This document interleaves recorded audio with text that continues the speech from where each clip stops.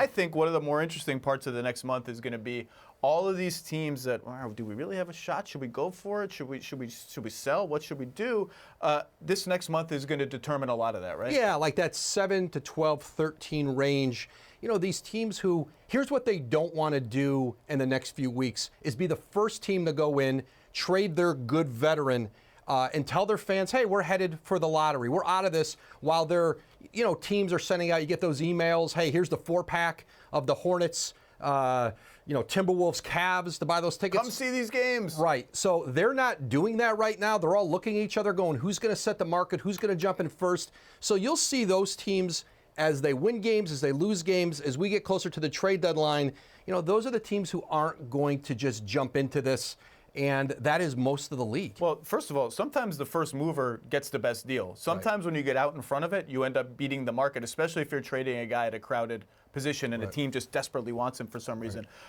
It's usually going to be a GM with a long-term contract who's the first one to jump in. Job security above all. Yeah. To me, the one of the guys that really could swing this trade market from whatever it is now to even more interesting is Kyle Lowry. And it's tempting to say Toronto is too good to trade Kyle Lowry. Toronto's too good to go into sell mode because they're 5th in the East and they're taking a victory lap. This is great. Am I going to get a good enough draft pick plus whatever to make it worth bailing out that victory lap? But as good as they are, they're only 5th in the East and they're one losing streak from being around 7th. So what do you see for the Raptors? When Masai Ujiri gave Kyle Lowry that extension before the season, one more year, took him out of this summer's free agency, $30 million. There was really one reason for him to do it. It made him easier to trade because now teams have him under contract for another year. They want to re-sign Fred VanVleet, who'll be a free agent this summer. I just think Toronto, look at the potential free agents. Marc Gasol is in the last year of his contract. Serge Ibaka in the last year of his contract. And Kyle Lowry not probably a part of their future. They've got to make decisions based on where are they in the standings. Is this team good enough to make a run? Pascal Siakam has made another leap from most improved player to, maybe a borderline top 5 MVP candidate.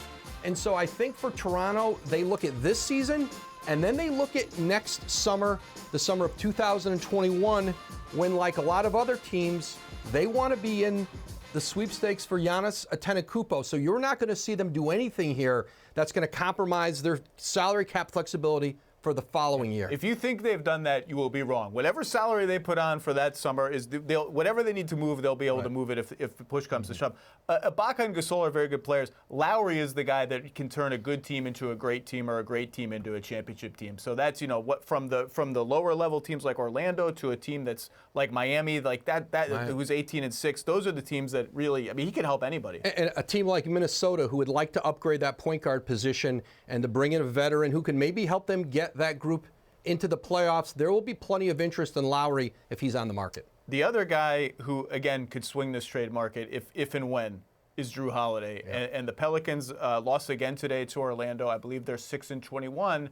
That's a deep hole for a team that had playoff ambitions. We still haven't seen Zion. Again, Jrue Holiday's plug and play in a lot of different places. What have you heard about? Again, it's just December 15th. We just started, but what have you heard? Well, last season, there were so many teams in both conferences who wanted to get at a Jrue Holiday trade when Anthony Davis was on his way out. In New Orleans, they thought they would go into a full rebuild. What David Griffin did this summer was, with the combination of the veterans, the young veterans he got back from the Lakers, going out and getting J.J. Redick in free agency, making a deal for Derek Favors, they had hoped they could compete for the 8th seed. That's obviously not happening. And Jrue Holiday has loved being in New Orleans. He's embraced that town. But he's at a point in his career, too, where he's not going to be interested in a rebuild. It's becoming that. And so I think you're going to see a lot of the league here wanting to see Jrue Holiday, J.J. Redick, who signed a 2-year deal. There's not a contender in the league who wouldn't love to get J.J. Redick on their roster. So I think watch how this plays out in New Orleans between now and the first of the year, and because most of the team is watching to see if they can get at some of those guys. Can I give you my favorite fake Jrue Holiday trade? Please. To Denver, Jrue Holiday to Denver for Gary Harris, some salary filler, and a young player, and maybe a draft pick, depending on how. Is Michael Porter Jr. still untouchable? I don't know, but a deal built around Michael Porter Jr. is untouchable. It would be nice if we could see him play. We'll talk about him later. Yeah. But Jrue Holiday to Denver Jrue Holiday's still only 29. Yeah. Like, he's got a lot of time left, and to have him play off Jokic, again, he's plug and play anywhere. He doesn't need the ball all the time to be successful. He'd be a great trade asset. Thanks for watching ESPN on YouTube. For highlights and analysis, check out the ESPN app. And for live streaming and premium content, check out ESPN+.